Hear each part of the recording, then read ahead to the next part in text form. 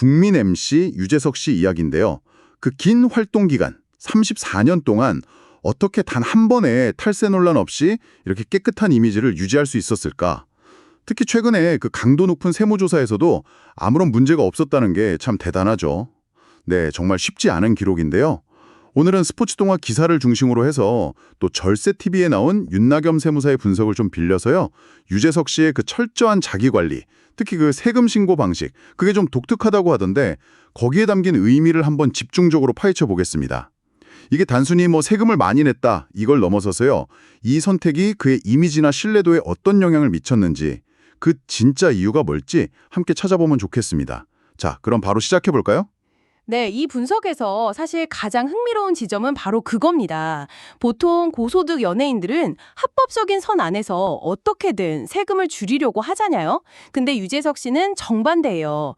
의도적으로 세금을 오히려 더 내는 방식을 택했다는 거죠. 이게 그냥 뭐 성실하게 세금 잘 낸다 이런 차원을 넘어서는 어떻게 보면 굉장히 고도로 계산된 일종의 위험 관리 전략 혹은 브랜드 보호 전략 이렇게 해석해 볼 수 있습니다.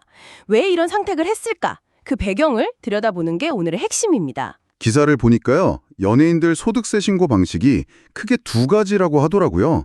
하나는 장부 신고, 다른 하나는 추계 신고. 이 두 가지가 어떻게 다른 건가요? 좀 설명해 주시겠어요? 그 장부 신고는 말 그대로 수입, 지출, 장부를 아주 꼼꼼하게 작성해서 내는 방식이에요. 보통 세무사 도움을 받아서 뭐 의상비, 교통비, 인건비 이런 활동 경비를 최대한 인정받아서 과세 소득을 줄이는 게 목표죠. 소득이 높을수록 절세 효과가 크니까 대부분의 고소득 연예인들은 이 방식을 선호합니다. 그렇죠. 그게 어떻게 보면 가장 합리적인 방법처럼 들리는데요. 절세를 위한. 그런데 유재석 씨는 이 방식을 안 썼다는 거잖아요. 그렇습니다. 유재석 씨는 그 추계 신고 방식, 그중에서도 소득이 일정 금액 이상일 때 적용되는 기준 경비율 신고라는 걸 꾸준히 해왔다고 알려져 있습니다. 이 방식은 국가가 그냥 업종별로 정해놓은 경비율이 있어요. 그걸 소득에 곱해서 필요 경비를 대략 추산하고 세금을 매기는 방식입니다. 장부 쓸 필요 없고 증빙 막 챙길 필요 없으니 간편하긴 한데 고소득자의 경우는 실제 쓴 경비보다 훨씬 적은 금액만 경비로 인정받게 돼요. 그래서 결과적으로 세금 부담이 훨씬 커집니다. 간편하긴 한데 세금은 더 많이 낸다. 좀 선뜻 이해가 안 가는데요. 그럼 기사에 나온 그 윤낙겸 세무사 분석에 따르면 구체적으로 얼마나 차이가 나는 건가요? 윤 세무사가 추산한 걸 보면요. 만약에 유재석 씨 연수입이 100억 원이라고 가정을 해보면요. 일반적인 장부 신고를 했다. 그럼 세금이 한 27억 원 정도 나올 걸로 봤어요. 근데 유재석 씨가 선택한 추계 신고, 그 기준 경비율 방식으로 하면 무려 41억 원의 세금을 내게 된다는 분석입니다. 100억 수입에 세금이 41억. 장부 신고랑 비교하면 거의 14억 원을 더 내는 셈이네요. 와, 이건 뭐 그냥 성실하다 이걸 넘어서는 선택인데요. 이렇게 큰 금전적 차이를 감수하면서까지 왜 이 방식을 고수하는 걸까요? 아까 말씀하신 그 전략이라는 관점에서 좀 더 설명해 주실 수 있나요? 특히 기준 경비율 신고의 가장 큰 특징이 뭐냐면 세무당국 입장에서 볼 때 들여다볼 장부가 사실상 없다는 점이에요.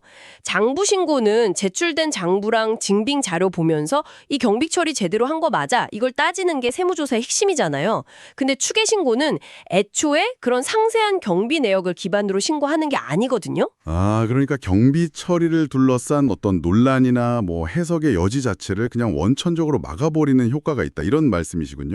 기사에서도 세무조사에서 먼지 하나 안 나온 이유로 이걸 꼽았죠. 그 윤세무사 표현을 빌리면 애초에 경비 처리를 거의 안 했으니 조사할 실익이 없고 오히려 세무당국 입장에선 환급해줘야 할 수도 있는 상황이라는 거죠.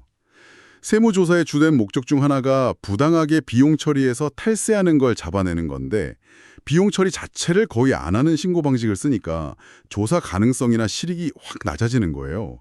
이게 바로 잠재적인 세무 리스크를 사전에 그냥 없애버리는 아주 효과적인 방어 전략인 셈이죠. 실제로 작년에 유재석 씨가 200억 원대 건물을 샀을 때 고강도 세무조사를 받았다는 내용도 기사에 나오던데 그때도 아무 문제가 없었다는 게 이 전략이 정말 유효했다는 걸 보여주는 거네요. 그렇게 큰 액수의 재산을 취득하면 필연적으로 자금 출처 조사 같은 강도 높은 세무 검증이 따라붙게 마련이거든요. 이때 과거 소득신고 내역에서 조금이라도 의심스러운 부분이 나오면 이게 큰 문제로 번질 수 있어요. 하지만 유재석 씨는 오랫동안 이렇게 세금을 더 내는 추계 신고 방식으로 소득 신고의 투명성을 확보해왔기 때문에 그럼 강도 높은 조사 앞에서도 당당할 수 있었던 거죠. 눈앞에 14억 원 아끼는 것보다 수십 년간 쌓아온 신뢰와 평판이라는 훨씬 더 큰 자산을 지키는 길을 택한 겁니다. 기사에서는 이걸 단기적 절세보다 평생의 신뢰를 택한 사례라고 평가하던데요. 정말 34년 동안 논란 한 번 없었다는 그 사실 자체가 그의 철저함을 보여주는 것 같아요. 사실 국민 MC라는 그 타이틀에는 대중의 엄청난 도덕적 기대치가 담겨 있잖아요. 특히 세금 문제는 정말 한순간에 이미지를 무너뜨릴 수 있는 아주 민감한 문제인데 유재석 씨는 이 위험 요인 자체를 그냥 관리하는 방식을 택했다 이렇게 볼 수 있겠네요. 바로 그 지점입니다.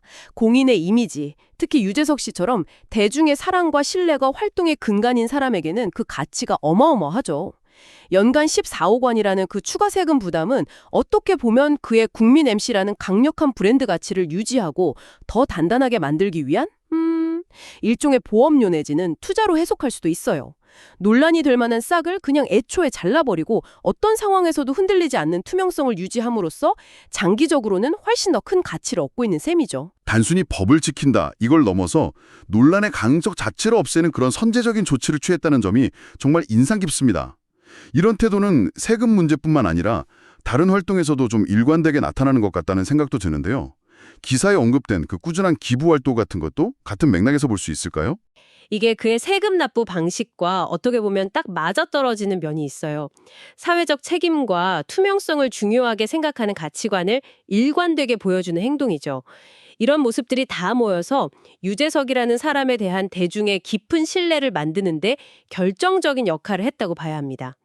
눈앞에 어떤 금전적 이익보다는 더 큰 가치, 즉 신뢰와 사회적 책임을 먼저 생각하는 태도가 결과적으로는 그 무엇과도 바꿀 수 없는 강력한 경쟁력이 된 거죠. 결국 유재석 씨 사례는 단기적인 비용, 그러니까 추가 세금을 감수하더라도 장기적인 신뢰 자산을 쌓는 게 얼마나 중요한지를 보여주는 아주 교과서적인 예시 같아요. 세무조사라는 예측 불가능한 위험은 피하고 동시에 대중의 기대는 충족시키는 참 현명한 선택이었다. 이렇게 평가할 수 있겠네요. 그렇습니다. 그의 선택은 절세에 초점을 맞춘 게 아니라 안정과 신뢰에 방점을 찍은 전략이라고 봐야 합니다. 고소득자로서 당연히 절세하고 싶은 유혹이 왜 없었겠어요. 그런데도 불구하고 더 많은 세금을 내는 길을 택함으로써 오히려 더 큰 것을 얻었다. 이렇게 봐야죠. 이건 단순히 유재석 씨의 독특한 세금 관리 방식, 그리고 그 이면에 담긴 깊은 의미를 살펴봤습니다. 일반적인 생각과는 다른 그의 선택이 왜 현명한 전략으로 평가받는지 좀 이해할 수 있는 시간이었습니다. 정비를 좀 해보자면 유재석 씨 세금 납부 전략의 핵심은 추계 신고, 그중에서도 기준 경비율 방식을 통해서 의도적으로 더 많은 세금을 내는 것. 이걸로 세무조사의 위험이나 논란의 소지를 원천적으로 차단하고 장기적으로 신뢰와 긍정적 이미지를 쌓는 데에 있다는 겁니다. 연 100억 수입 기준으로 약 14억 원의 세금을 더 내는 선택.